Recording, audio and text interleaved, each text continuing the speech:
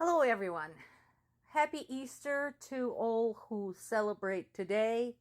As we know, there's always some discrepancy around the world as to who celebrates it when. Unfortunately, just because it's Easter doesn't mean the earth stops turning and the conflicts of the world do not stop either. In this particular case, we've had yet another deadly attack by the Russian military and Russian government by proxy against Ukrainian civilians and Ukrainian infrastructure. Now, among other areas struck was the western city of Lviv, during which one man was killed and there was also impact to the infrastructure there. So I mentioned this several times before, but now I want to show you why attacks on Lviv are important in the grand scheme of things. So I told you before that Lviv is the westernmost large city in Ukraine. And until recently, Lviv had served as a kind of conduit for Ukrainian refugees, whether to just go west and stay there or cross the border and go into the European Union. So to show you just how close it is. So there's Lviv over there on the right. Okay. The black line is the Polish-Ukrainian border. And the city on the left is Polish city of Przemysl. How far is it? Not far at all. You can drive from Lviv to Przemysl in a couple of hours.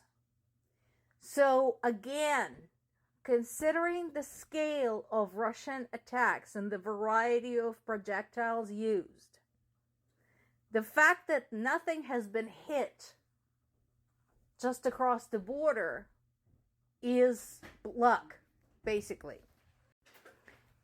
And I will keep saying this. Just doing my little regression analysis here, using the past data to predict the future. It's not a matter of if, it's the matter of when. Sooner or later, something nasty is going to cross that border. And not just enter the airspace, but fall and hit something and kill some people. And across the border is not just Poland. Poland is NATO, Poland is EU. Just saying.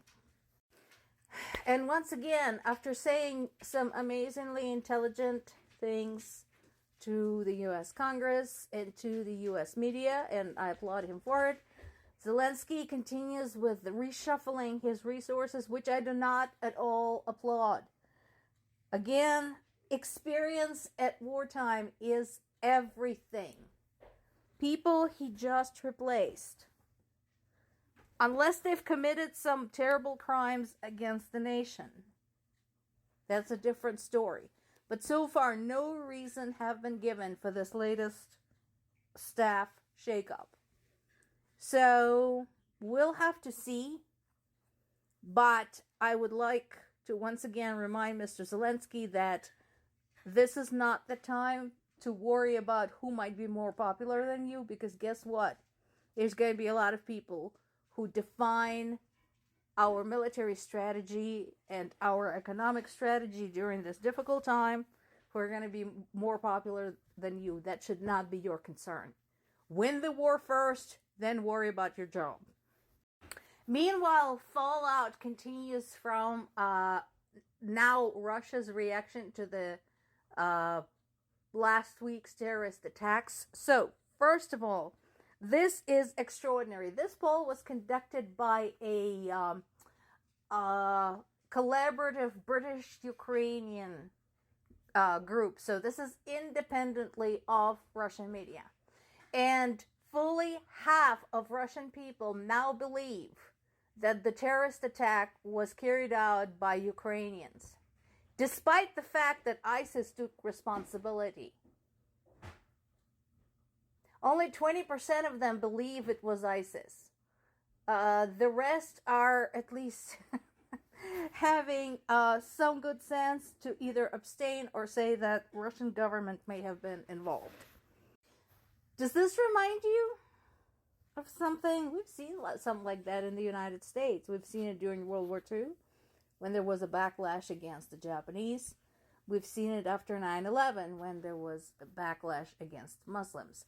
So since people who allegedly carried out the terrorist attack, who were arrested for it and apparently tortured, so their confession is highly suspect, since they were Tajik from the former Soviet Republic of Tajikistan, it still has ties to Russia, although it is not part of the Russian Federation.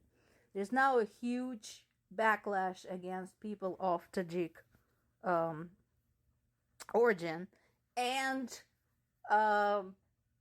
people from other Central Asian countries, because Russians are nationalistic and racist, and they can't tell the difference between the Tajiks, the Uzbeks, the Turkmens, and so on and so forth. There, I said it. In addition to videos emerging of the arrested men being brutally beaten during their detention, there's now a massive wave of hysteria about people of that origin pretty much being employed anywhere in Russia. People, for example, calling Uber are canceling their calls if they discover that a driver might be a Tajik. In one of Russian cities, all garbage truck drivers of Tajik origin have been dismissed and detained for questioning. Therefore, they're now expecting the trash removal collapse in that city. But hey, anything to maintain the hysteria. And again, considering this is happening and we've seen something like that in America, I hope, America, that you're watching and that at the same time you're looking very closely in the mirror, because we know this can happen here as well.